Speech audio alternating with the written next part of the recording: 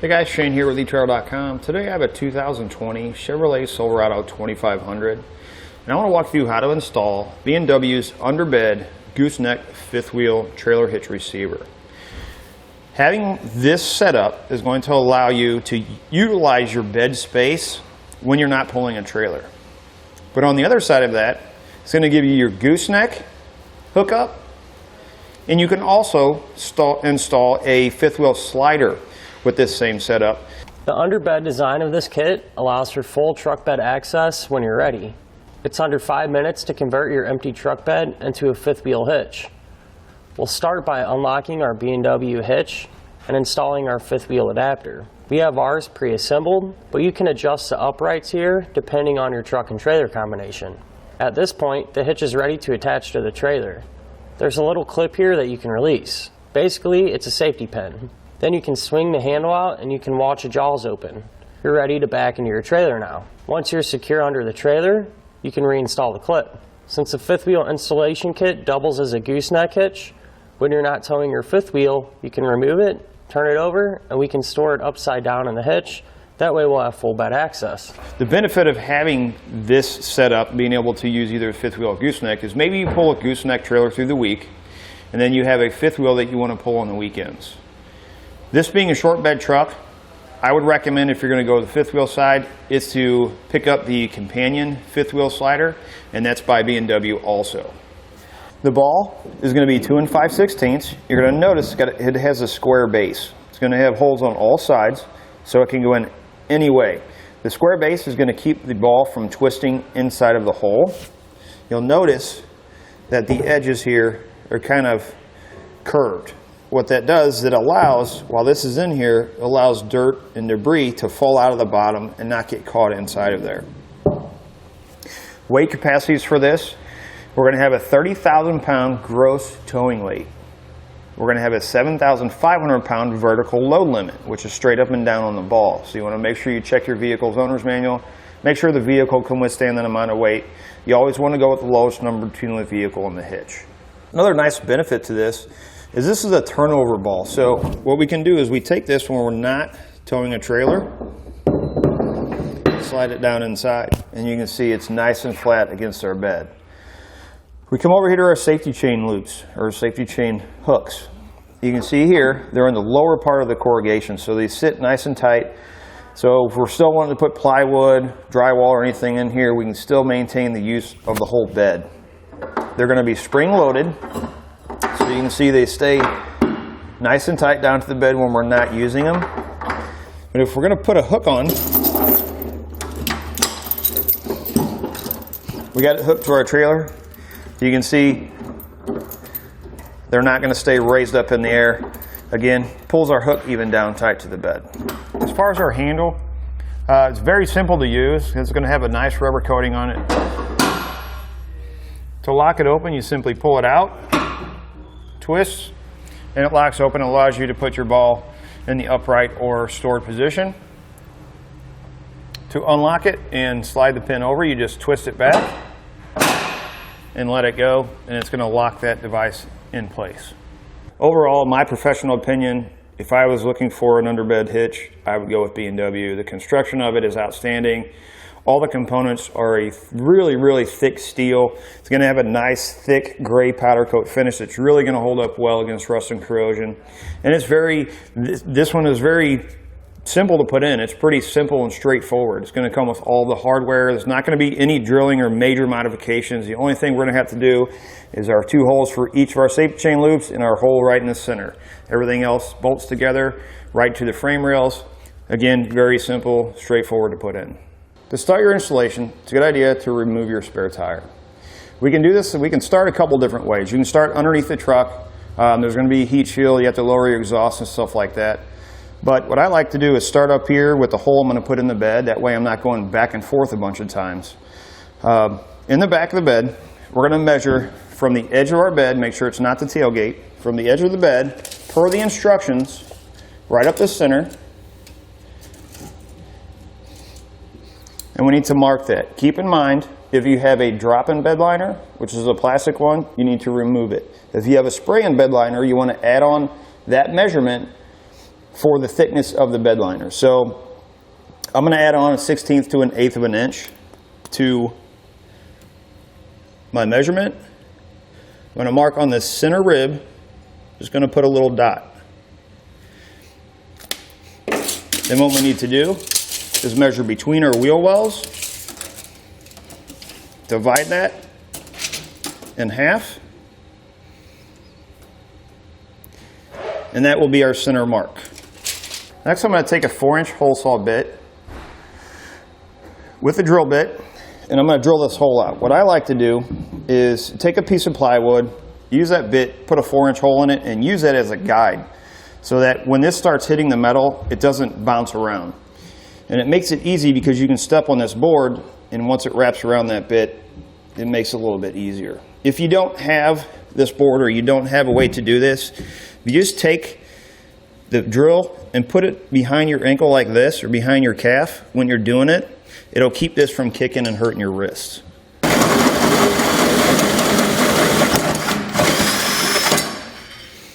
Now what I like to do is take a file and file off the edges, the burrs. We'll clean it up, and then we're going to take some spray paint and spray that edge, that bare metal, to keep it from rusting and corroding later on.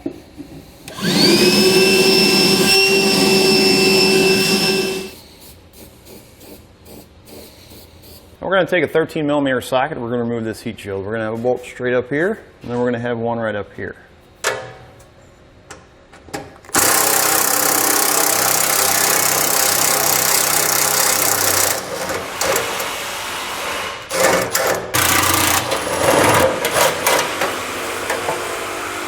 We'll set this aside to be reinstalled later. We'll take the same 13mm socket. We need to remove this heat shield. We're going to have a bolt right up here on top, one on the other cross brace over there, and you're going to have two on your passenger frame rail.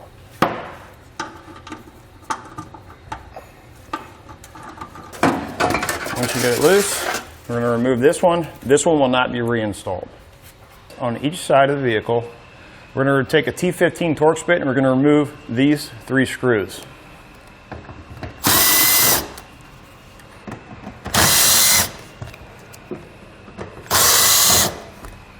We're going to pull back our wheel well liner, and what we're looking for is these 2 holes here, and you have 2 more right here. These are going to be our threaded holes for our brackets.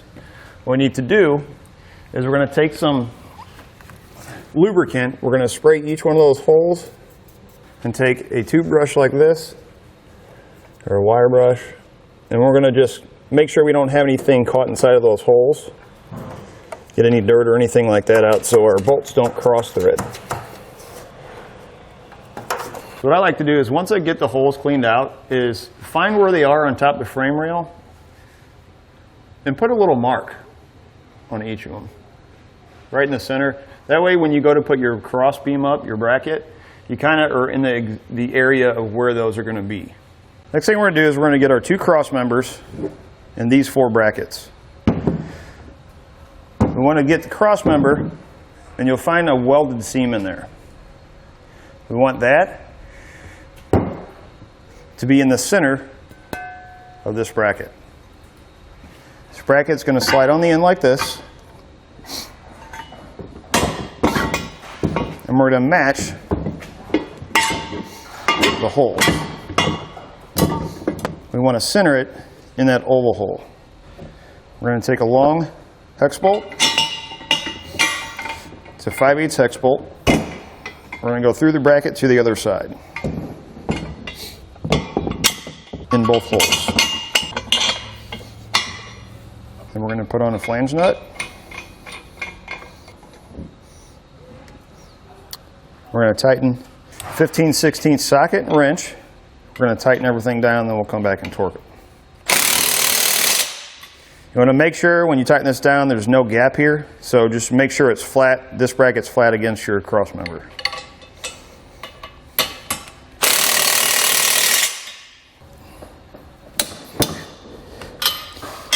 Now we're going to take our cross member. This is going to be our forward one. We want this part of the side bracket facing down. We're going to go over our exhaust, find a spot to work it in there.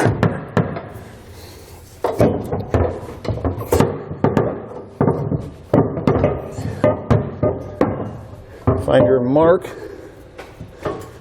so that you're close.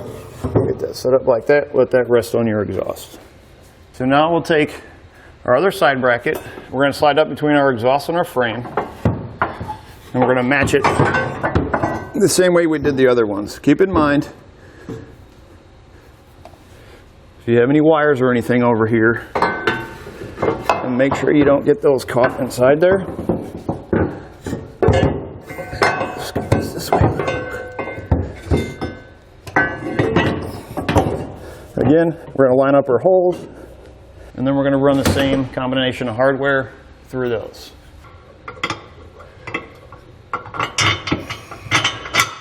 Once you get these bolts installed, you're going to repeat the process for the back one. With the exception is we're only going to hand tighten the bolts. We're not going to torque one side down. Once you get your rear one in, you're going to have a plate like this. It's going to go on the outside. We're going to take another 5/8 bolt. We're going to pass it through so that the threads are on the inside. And we're going to take it and slide it back like this. We're going to do the same thing for our front one.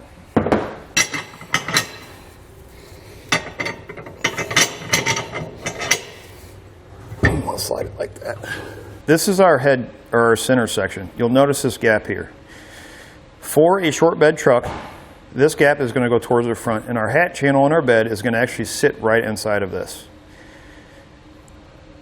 If you have a long bed, all you're going to do is take this, and it's going to be on the back side. You always want the handle to be on the driver's side. So, however yours is, you just slide it out like that, and slide it into the other side. Since we're going to be installing it like that, again, we want it on the driver's side. You're going to get 2 bolts, slide them down just like that. Flange nut. Now we're going to take our center section. We're going to get it lined up and slide our bolts through like that. And that'll hold our center section up. I'll take a flange nut on each one.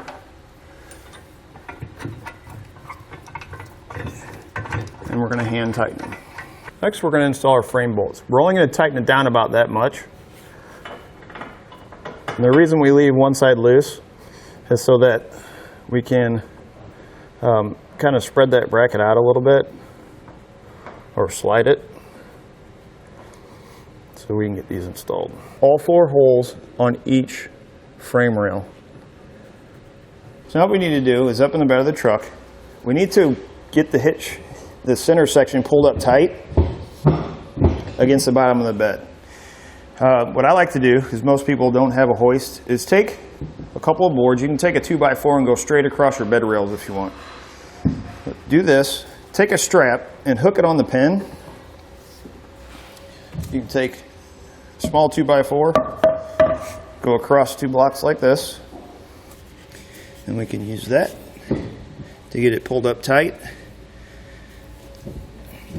And we can go down and start tightening our hardware. First, we're going to tighten the 4 bolts holding our center section into our cross members. We'll use a 15/16 socket and wrench to do that. Now we'll take an 18mm socket and we're going to tighten our M14 bolts that are going into our frame rails.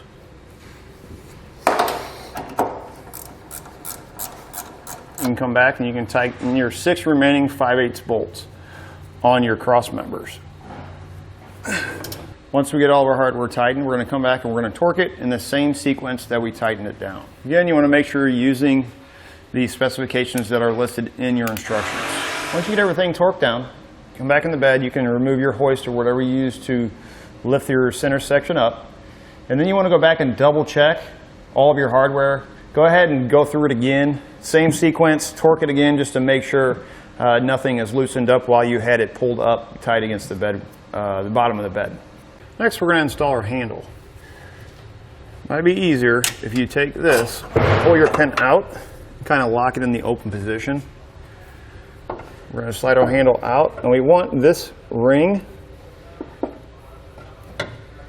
so that the open edge is down on the bottom side, and it's going to be on the front side of this flap. So you see this? We want it to sit like this. So to make it easy to get your bolt through, slide it out and lock it open. Take your bolt, I'm going to slide it through the bracket, and on the opposite side, and follow it with a nut. Then we're going to tighten it down to the 13mm socket. Now what we're going to do is we're going to drill out for our safety chain loops. We're actually going to be using these two holes on each side, and they're going to be opened up to 11/16. But what I like to do is take a small bit, make sure we get centered on the hole, and then we're going to go up top, and I'm actually going to use a step bit from the top side down. It makes it a little bit easier when drilling them.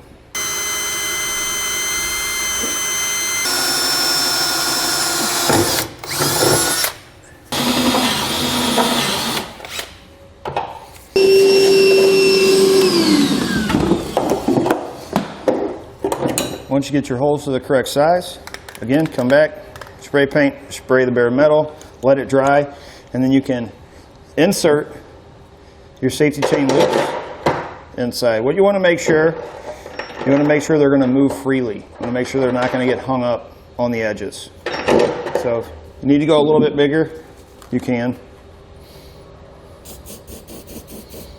Next, you're going to get some Christmas tree springs like this. You want the wide end going up. We're going to slide it over top the bolt. We're going to have a lock nut that's going to go on. I'm going to install one of these on each one of the bolts that we brought down for our safety chain hooks. We're going to take a 15/16 socket. We're going to tighten the nut just enough so that the bolt head is flush with the edge.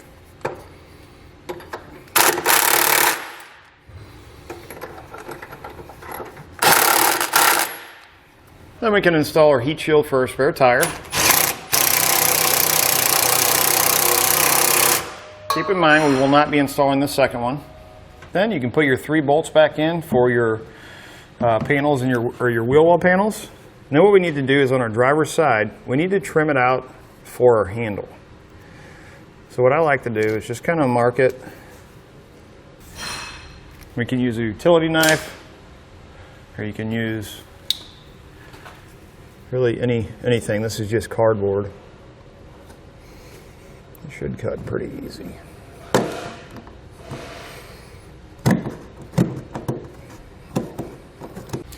Kind of see how I have it cut here. This makes it easy when getting your hand in there to grab it and to lock it. With just a little slit here, it's hard to get just your fingers in there and grab it. It kind of makes it a pain, so this allows you to get your whole hand in there to grab it, unlock the pin, and to lock it back in place. Once you get that cut out, go ahead and reinstall your spare tire, and you're ready to go. That's going to do it for a look at and installation on the B&W Gooseneck 5th wheel underbed hitch on our 2020 Chevrolet Silverado 2500.